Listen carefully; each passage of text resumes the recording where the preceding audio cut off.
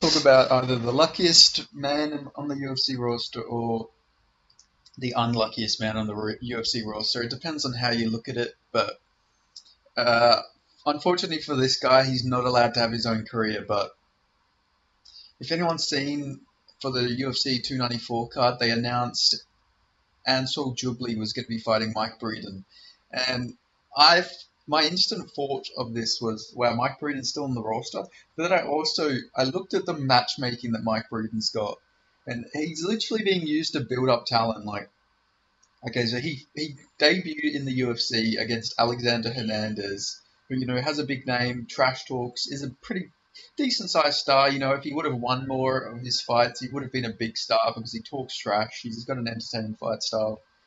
Uh, but yeah, he gets Alexander Hernandez in his debut on short notice, gets fucking flatline KO'd in a minute, brutally, and then after that, they use him to help build up the Israeli MMA market because they give him to Natan Levy.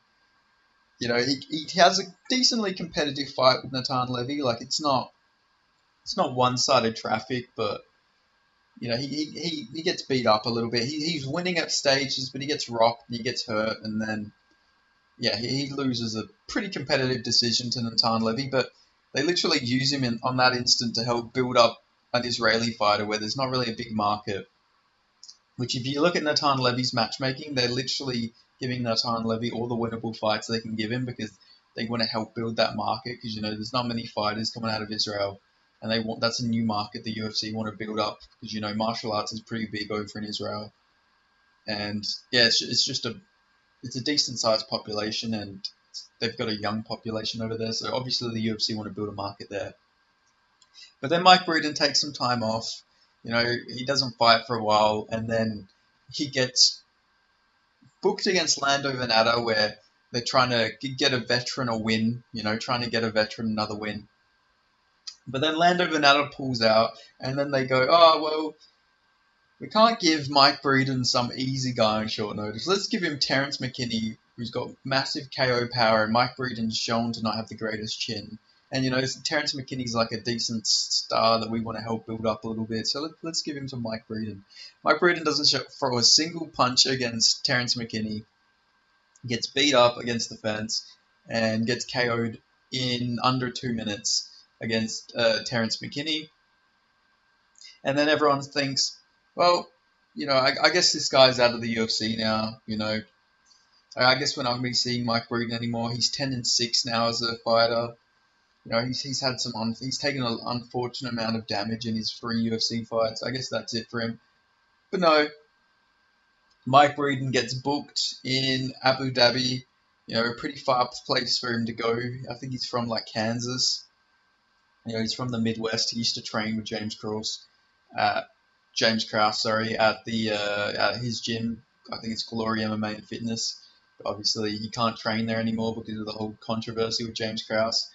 And then, unfortunately for him, he has to go all the way to Abu Dhabi, and now he's getting booked against Ansel Jubilee, who is an Indian, the first Indian, well, second Indian fighter in the UFC, but the first one to actually, get into the UFC properly, not short notice, and who they're actually trying to build up. He's undefeated. He's got pretty good boxing, pretty good striking. He's on a pretty long win streak. I think he went 9-0 as an amateur or something like that as well. He's undefeated. It's a big, decent level of competition. And yeah, they're just feeding Mike Breeden to him. Like, they're literally using Mike Breeden to build up the international uh, MMA world. Like, don't be surprised if Paddy Pimblett loses, they'll keep Mike Breeden around and they'll feed fucking Mike Breeden to Paddy Pimblett probably. Like, this guy isn't allowed to have his own career. He's literally just being used as enhancement talent for all these international fighters, for all these stars coming off losses. Like, it's very unfortunate for Mike Breeden, but he gets to get the unfortunate or fortunate because he's still in the UFC coming off 3 losses, so not many people can say that.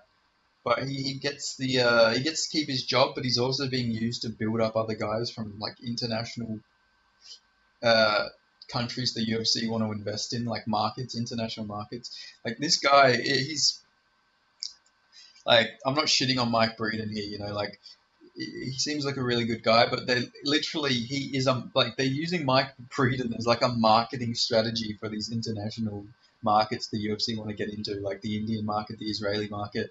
Like, don't be surprised if Mike Breeden also, if you know, if he doesn't get fed to Paddy Pimblett coming off a loss or something like that, don't be surprised if Mike Breeden gets booked against some like Chinese fighter or someone from like South Africa or Ethiopia or some other market the UFC, like someone from the Horn of Africa or you know some country the UFC really want to get into the market of. Like, don't be surprised if you see Mike Breeden take on fucking challengers from all parts of the world because he's literally a marketing strategy for the UFC to build up talent. Like, I feel bad for Mike Breeden, but you know, he's still got a job. At the end of the day, he gets to live his dream and fight in the UFC. And maybe he can beat Ansel Jubli, but I think he's taken too much damage and he wasn't durable anyway. So I think Ansel Jubli's going to win this.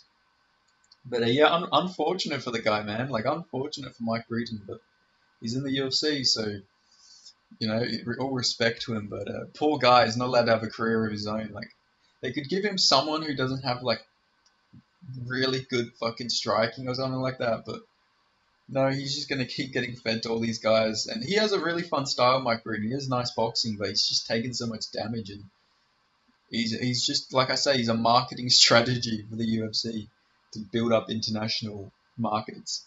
But yeah, thanks for watching. I just came to this conclusion yesterday, and I thought, yeah, I might as well talk about it. Why not? But yeah, thanks for watching. Like, comment, subscribe, and I'll catch you guys next time.